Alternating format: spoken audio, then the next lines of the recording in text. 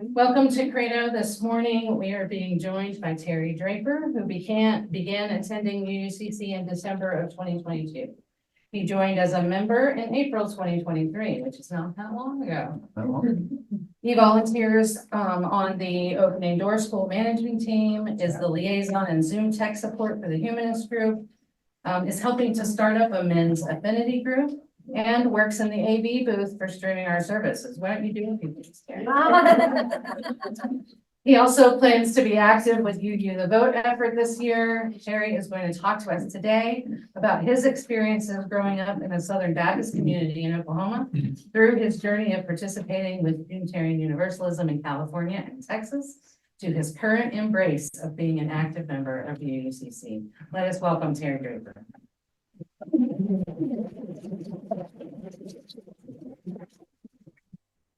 Thank you. Paula said I had an hour and a half, I think. I'll spend Sunday here. I'm not certain that I've been a UU long enough to really do this Credo thing, but someone had nominated me, and I was appreciative of that. So let's do this thing. Love is the doctrine of our church, and service is prayer. The inherent worth and dignity of every individual. These are guiding principles for me. I learned the words as a UU, but I learned a lot of the intent of them a lot earlier. I was born in West Texas, grew up in Oklahoma, South Central Oklahoma. My mom and dad split up when I was about 4 years old, and we moved from, I think it was Abilene, Texas, up to Rush Springs, Oklahoma. My mom and my two siblings, my brother James, 1 year younger than, or 3 years younger than me, my sister a year older, Laura. Rush Springs is an agricultural town where farming for peanuts, watermelons, and cantaloupes were the main cash crops. We did not live on the farm. Mom chose Rush Springs largely because her family was nearby. Her brother a few miles away, her sister a few miles away, and aunts and uncles in Rush Springs proper. As a single mom with a disability, she needed all the help she could get, not to mention, 3 kids that she needed help raising. We were poor growing up. I said mom was partially disabled, and we survived on a small polio disability, public assistance, and a lot of help from friends and family. Although I didn't know it at the time, growing up that way really shaped my perspective on a social safety net and how the little bits of things of help people can offer can make a really big difference to someone. As far as I know, no one in this little town of maybe 1,000 people ever looked down on us because we were poor. For as long as I remember, going to church was a regular part of our lives. In fact, much of our lives revolved around both church and school activities. In Rush Springs, we had a lot of churches for a small town. Ours was the Southern Baptist Church. We also had the Church of Christ, Methodist, Missionary Baptist, Assembly of God, whom we call the Holy Rollers, and even the small Catholic Church. These days, I was back last year, and the Missionary Baptist is gone, replaced by some apartments. The Catholic Church is gone. Everybody else is still there. We went to church every Sunday, Sunday school in the mornings, regular worship service on Sundays. Sunday evening, we had services, Wednesday night Bible study, choir practice, a lot of church. Also, I sang in the choir, went to vacation Bible school, did the occasional tent revival, and then, of course, Christian summer camps at a place called Falls Creek, where I had my conversion experience. I also remember we would pile into the church bus sometimes and head out to visit nursing homes, singing for the folks that were there, singing with the folks that were there, talking to them, just enjoying the time together. I got a lot out of seeing how much the residents, enjoyed the interactions that we had with them. From grade school through high school graduation, we were regulars at the Southern Baptist Church. My mom actually continued to go until she passed away in '95. Back then, from my perspective, and again, I was a kid, religious and religious beliefs were positive and useful. I don't recall much the church being really actively political, except for the time the minister pushed through a town ordinance to ban public dancing. Back of different topic. My religious upbringing is really a fundamental part of who I am, no pun intended there. I probably learned a lot of stuff that I left behind. But I remember the good stuff. Care for your neighbors. Morality, excuse me, morality, kindness to others. A lot of good stuff from the Sermon on the Mount. I want to touch briefly before I leave Red Springs on something, some support that we got regarding, I mentioned my younger brother, James. James has special needs. And back in the mid to early 60s, there was no special education in our public school. So James was taken off to Pauls Valley, the state school for special education. And that's where he lived. Lived there, and it was boarding school, the whole bit. Mom didn't own a car, she didn't drive. And so family was nearby, as I mentioned. They would often take us over to visit James, or they would bring him home for the weekends, a long weekend, like a holiday weekend like this, or for the summer, he would spend summers with us. But occasionally, somebody from town, usually someone from the church, would call up and offer to just take us over for a Sunday, beautiful Sunday afternoon. Hey, you want to go to Pauls Valley? And so we'd pile in their car and off we'd go. What prompted these folks to use up their Sunday afternoon like that, I never knew. But I know it had a positive impact. I don't remember when I started working odd jobs in mowing lawns, because again, we were poor, could use the money up and knock it off the lawn. We were poor and could use the money.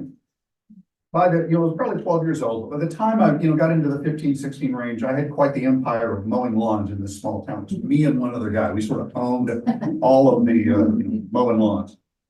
There was this one retired school teacher that I worked with, and she would always ask me to come back later after mowing the lawn to do odd jobs around the house, changing light bulbs because she didn't want to get on a ladder, washing windows. We would even head over to the local cemetery and trim the graves around, trim the grass around her husband's grave. She was always happy to have the help, and she did pay me for that, but I think I enjoyed just helping more than anything else. My fall from the Southern Baptist traditions probably became, started somewhere in junior high to high school.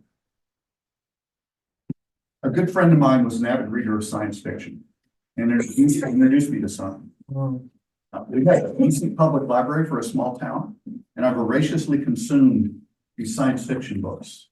Robert Heinlein's juvenile science fiction series, Tom Swift Jr. series, other ones, really broadened my mind, opened me up to, yes, I know it was science fiction, but the world beyond my small town and biblical teachings. I really do think that was kind of the beginning of the slide. Once I graduated high school, I had pretty good grades, so I scored a scholarship to the local liberal arts college and went off to study accounting because my mom had been telling me for years that I should be an accountant. So about halfway through my second trimester, I decided that accounting was not for me, so I quit school and headed straight into the loving arms of the Navy nuclear power program, where I studied electronics and nuclear engineering technology.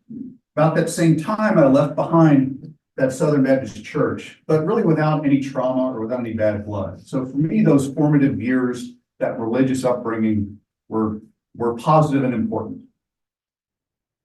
What followed joining the Navy was about 8 years of training, teaching, and operating a submarine nuclear power plant. When I completed my training program, I was selected to stay at the hands-on portion of my training to teach. It wasn't classroom style teaching, it was one-on-one. So we were actually operating a power plant, teaching people how to do that. And I found I really enjoyed that work.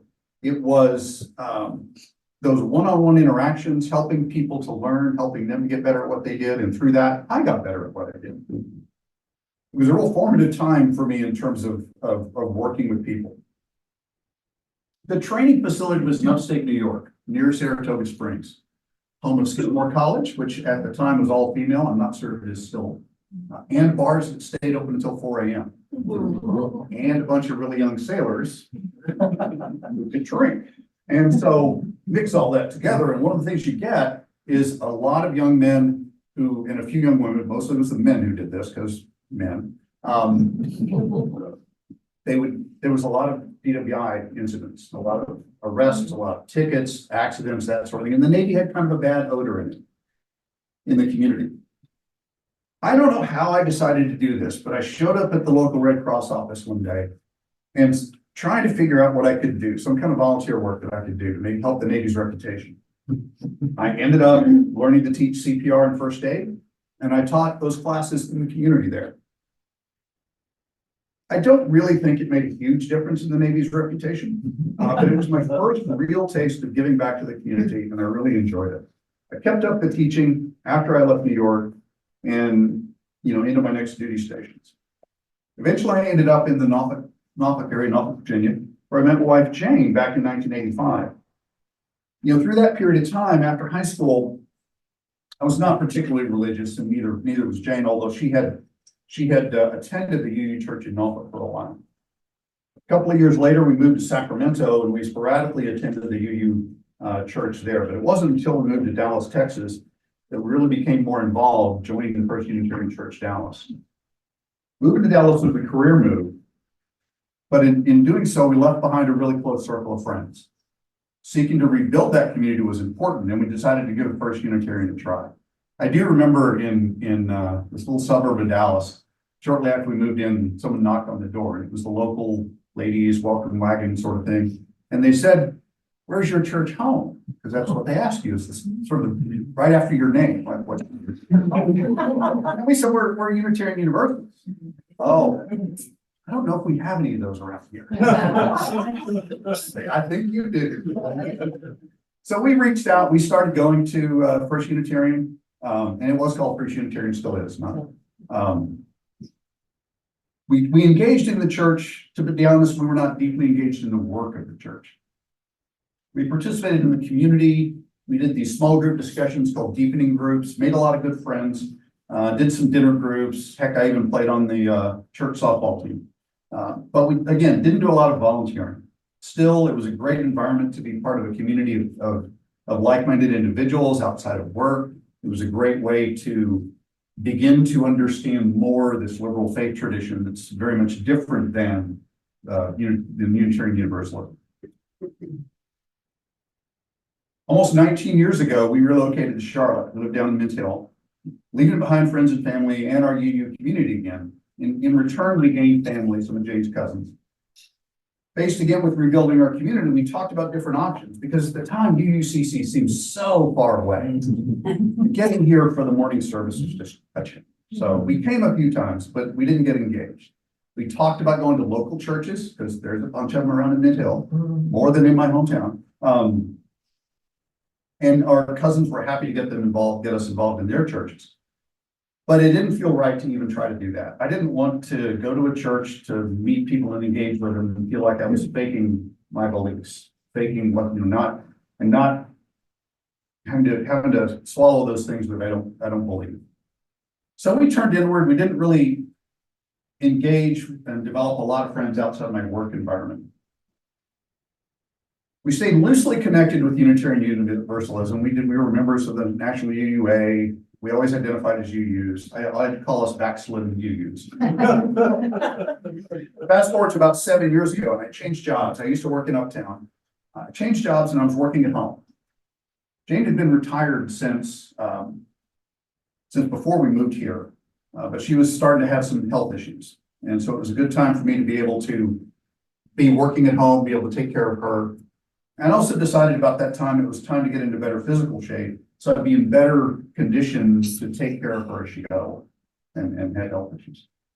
So I joined a workout group called Camp Gladiator on the recommendation of a friend of mine in Dallas. They had just come to Charlotte, and she liked it a lot, not just because it was really good workouts, but because, as they characterized it, you build a sense of community. You work out with people, and you can build that sense of community. So I got into it, and it was, quite frankly, pretty life-changing for me in a couple of different ways. Physically, of course, I was getting into some of the best shape of my life, but also in my engagement with people. I got back into helping mode at that point, got my physical trainer certification and helped out the trainers doing substitute work, that kind of thing. I would always try to watch people when we're working out to make sure they weren't going to do something that would get themselves hurt. Life was good, even though Jane's health had begun to decline further. You know, I had workout buddies. I was getting in good shape. Work was flexible, so I could take care of Jane with some help. When COVID hit, I was pretty well set up to work at home, so that was not a big deal. You know, we kept doing workouts. We spread out a little bit because this was an outdoor group. So we spread out in the parking lot. We did workouts, and I stayed relatively sane. It was then that I realized I could start giving back a little bit more. So, you know, I upped some charitable donations I was doing, started doing volunteering at the Second Harvest Food Bank when I could. Heck, I even played chemist and mixed up hand sanitizer and used to distribute that around. There was a shortage. Service is our prayer. The service aspect of what I was doing felt right. Felt like I was moving in the right direction, so I kept it up. Kept organizing some groups to volunteer with me. You know, if someone needed help hanging a ceiling fan or replacing a light switch or whatever, they'd know to reach out to me. And things just kept going. About 2 years ago, things took a little turn through some personal trauma. I found out that the CG community, while friendly, was really kind of a shallow community. No knock against them, but one misstep on my part and I was on the outs. You know, lots of things changed. A lot of people I thought were my friends, they're not. They're not a part of my life now. I struggled for a while, got into therapy, and we talked about a lot of things. The meaning of community, friendliness versus friendship. After about 6 months or so, I came to UUCC in December, as you mentioned. Happened to hit the holiday music service, and I immediately felt at home. I don't know whether it was the first or the second service at coffee hour. Joe Spencer reached out and, you know, asked me to come check out the Humanist Group. I think Joe was the first person who, you know, actually reached out and engaged with me other than spoke with Kelly because I had the, you know, the yellow cup and the name. But I felt immediately at home. I kept coming back, almost always sitting, you know, where I do over beside the choir. And I remember John Herrick always, after about a couple of months, he would just chuckle every time they would ask the visitors to raise their hands, because I would raise my hand. And he would just kind of get a chuckle out of that. I always felt like I belonged here. I knew I needed to join, but I felt like I needed to go to one of those third Sunday, new to UU things. I was always out of town doing something on the third Sunday. So finally around in April or so, I got a hold of Kelly and we got together during the middle of the day in the week and went through the checklist. And here's the things that, what skills can I bring to bear in UUCC? Because it was important to me to be able to get involved, to get beyond talking at coffee hour. How to become a part of the community that's really real. So I started volunteering. I mentioned Joe had gotten me involved in the Humanist Group. Still trying to figure out if I'm really a humanist, but it's a great way to get to know people. You know, sitting around talking, leveraging my nerd skills. I'm their Zoom tech support guy. I got tapped to, because I checked the box, I got tapped to be on the ODS managing team, overseeing of all things finances. That little bit of accounting 30 plus years ago, 40 years ago, probably paying off. My mom would smile. I saw they needed volunteers in the AV booth. So I thought, well, I can't really hear well, but I can see. So let's go do that. I started doing that out here. I hung a new TV in the conference room. I even ushered once when I got to play with fire there for the holiday service. Dave Bolsler organized an potluck last December. We had a great time, so I thought, let's do another one in March. And so we did one around St. Patrick's Day. Now we're organizing that men's group as an affinity group, if I can ever get that last bit of paperwork in. Today, I spend a lot of time repeating folks' names when they come into the sanctuary, so I can try to remember better. I reach out, you know, sometimes I get here early, just try to reach out and talk to people. Sometimes we have a long conversation. Sometimes it's just hello. Sometimes I get really emotional at services and when speaking. I feel like community's coming together for me with you folks. I know that service, reaching out to help folks, is an important part of who I am. It always has been, and ever since folks started helping us way back in Rush Springs. Now I have a couple of hundred kindred spirits to do that journey with me. Last month, my therapist released me into the wild. He said I changed a lot. And often over the last 6, 8 months, we would talk in therapy about things I'm doing, engagements that I was having, and she often commented that I seem to have found a good place at UUCC, and she's right. So who knows? Maybe in 10 years, we'll do this Credo thing again, and I'll have better stories to tell. UUCC stories. We'll see. I want to say one more thing if I can make it through it. Jane passed away about a year ago, May 15th. It was a Monday morning. I remember it well. What I also remember is I didn't tell anyone at UUCC.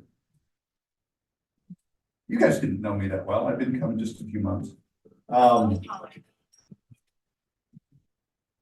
nobody knew Jane because she had never been. So I didn't say anything. I did come to service the following Sunday, about 10 minutes in. I knew I'd made a mistake in not saying anything. Just sitting there, feeling the warmth of community. Even when no one knew, meant a lot.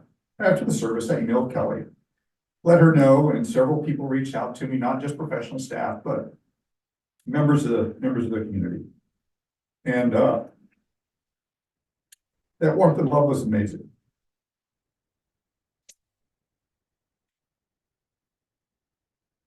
So my spiritual goal now is to be a part of that loving family and community for everyone.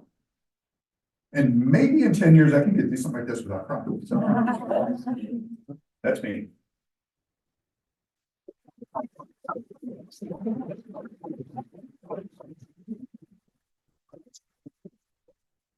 Thank you so much, Terry. So many wonderful stories in there. You don't have to wait in there, but we'll be happy to have you in it. Let's do it again. Well, I'll be here. Does anybody have questions for Terry? If there's anybody on Zoom who ends up having questions, please put it in the chat. Anyone?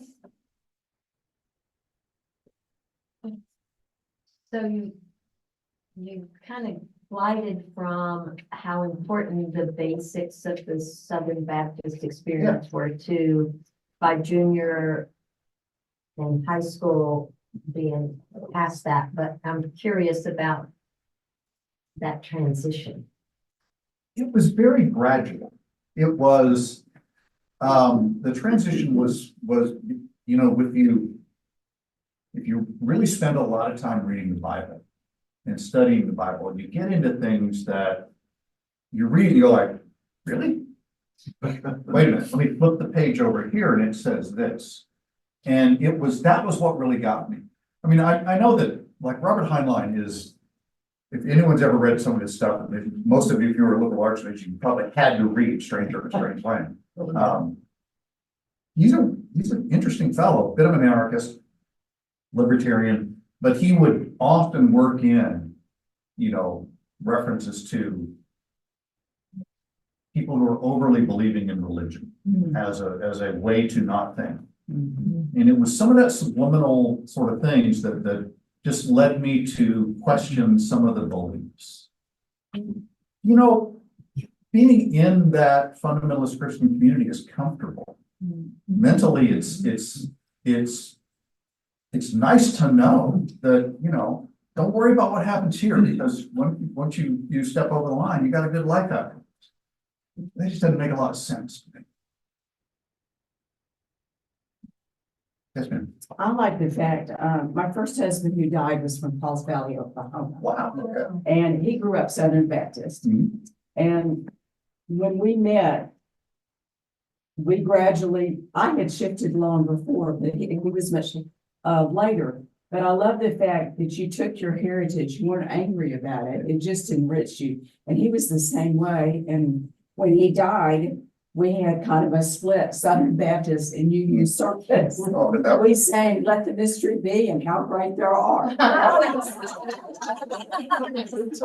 got a sense from you, and like, correct, that you kind of, you embraced your heritage for whatever it was, and I've enriched you, and you just moved on. Yeah, because there's so many good things about it. I mean, I know a lot of people have gone through traumatic experiences with religion. Yes. To me, there's so many good things about, you know, about how you learn to be a person. before you get into the really wacko stuff, or before you get sucked into political aspects. I mean, I remember, talk about the slide, I remember, Southern Baptists do not believe in drinking, right? Because if you drink, it It's can lead to evil. dancing. Dancing. But I asked the minister one time, like, okay, in the Bible, Jesus turned water into wine, but you're saying we can't drink. And his response was, well, they meant something different back in those days. Tell me.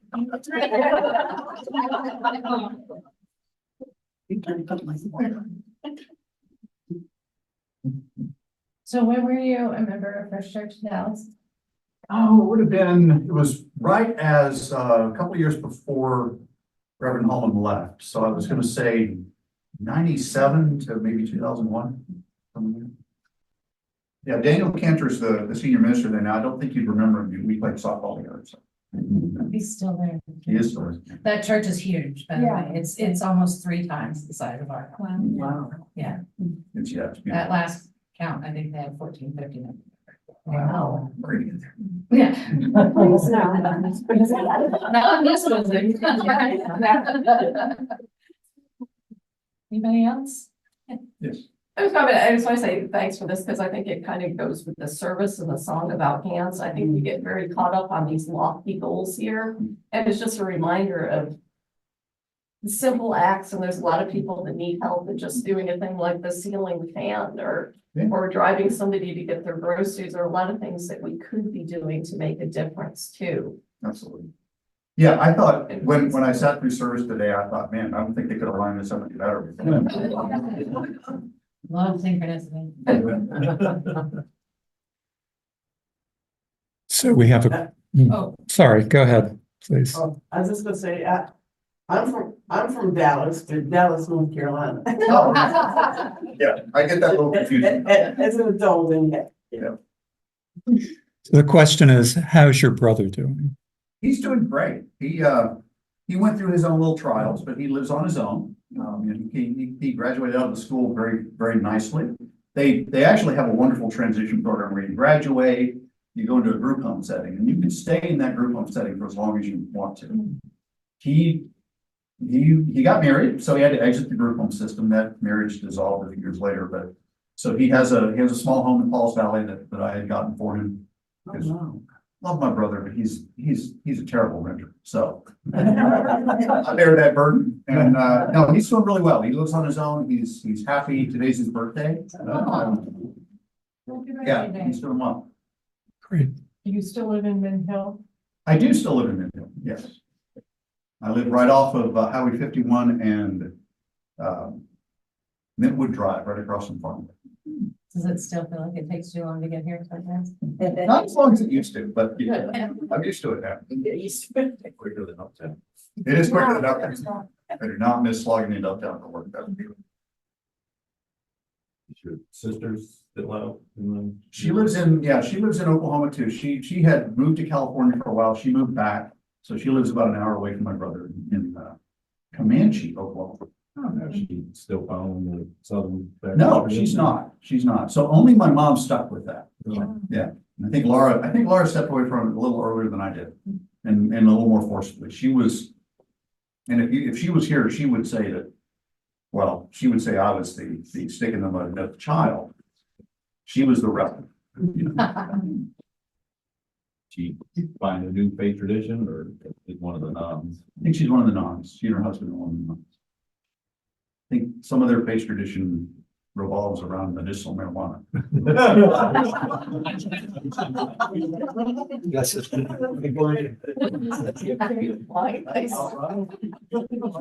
not any, churches though, outside the big cities like Right. Tulsa and In Oklahoma City. Oklahoma, I no. mean, is there any outside of Tulsa and Oklahoma City? There are, but But not they're many. not many. And There's not a lot of choices there. Yeah, I know. I Yeah, had never heard of Unitarian Universal until I met Jane.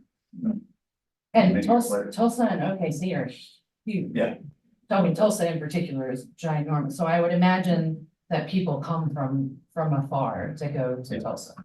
Tulsa is the biggest In the US. It is currently. We have another church in Madison, Wisconsin, that is nearly as big, and it's actually a, Frank Lloyd Wright built it. So it's like, wow. that is. Side note, it's fun. Well, I am very appreciative that you gave your story here, and I think that everyone will likely agree that you gave a perfectly lovely story, and that your message about service is one that we could often remember. So, thank you, Terry.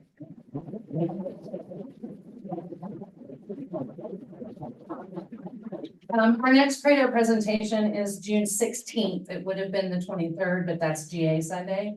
So we're moving it to the 16th. So if everybody knows, the person who was doing it needed to postpone. So, TBD, who's doing that one. Thank you for being here.